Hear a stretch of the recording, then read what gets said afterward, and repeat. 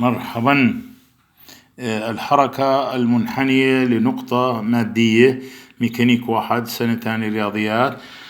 مثال 1: تتحرك نقطة مادية إما على مسار منحنى نصف قطره 10 متر، يعني رو تساوي 10 متر، وفق المعادلات التالية: x تساوي 4t، y تساوي 4t مربع، z تساوي 0.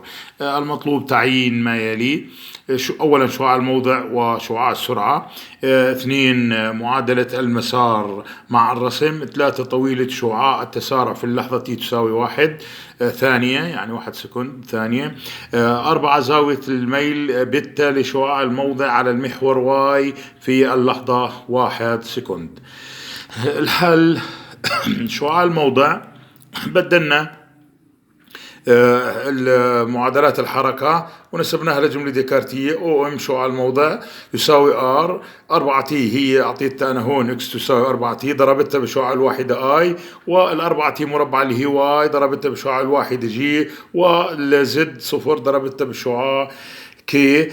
وبالتالي هاي معادلة شعاع الموضع للحركة. بالنسبة لشعاع التسارع هو اشتقاق شعاع الموضع، اشتقيناه وعوضنا. هاي في ما هي إلا مشتق شعاع الموضع، المشتق الأول طبعا 4 بشعاع اي زائد 8 تي بشعاع جي زائد 0 كي. بالنسبة لمعادلة المسار، هي الحقيقة بنصل لها بحذف الزمن من معادلات الحركة. وجدنا طبعا، طلعنا هون لنفرض انه تي من هذه المعادلة اكس يساوي على 4، وبدلتها ب واي هون، فطلع معي المعادلة التالية: واي تساوي 1 على 4 بإكس مربع.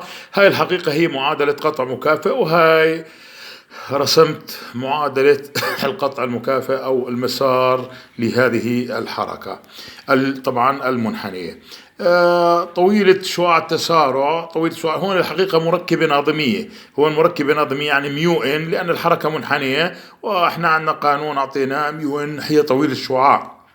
المركبة الناظمية هي مربع السرعة، يعني مربع طويلة شعاع السرعة على رو نصف قطر الانحناء اللي أعطيته أنا 10 متر بنص المسألة. طلعت هون طويلة شعاع السرعة وقسمتها على رو نصف قطر الانحناء، طلع معي التسارع أو شدة المركبة الناظمية 8 متر على السكند على الثاني. يعني 4 الزاوية بتاح لميل شعاع الموضع على المحور واي، حيث طبعا جي شعاع الواحدة هو 0 1 0، وبالتالي عوضت بكوساين بين شعاعين، كوساين بيتا هي بين شعاعين، يعني شعاع الواحد على المحور واي مضروب بشعاع الموضع على طويلة شعاع الواحدة مضروب بطويلة شعاع الموضع. بعد التبديل طلع معي الرقم هذا اللي هو 0.7071. طبعا بيتا تقريبا هي 45 درجة، يعني التابع العكسي لهذا الرقم، التابع العكسي للكوساين لهذا الرقم طلع معي الزاوية 45 درجة.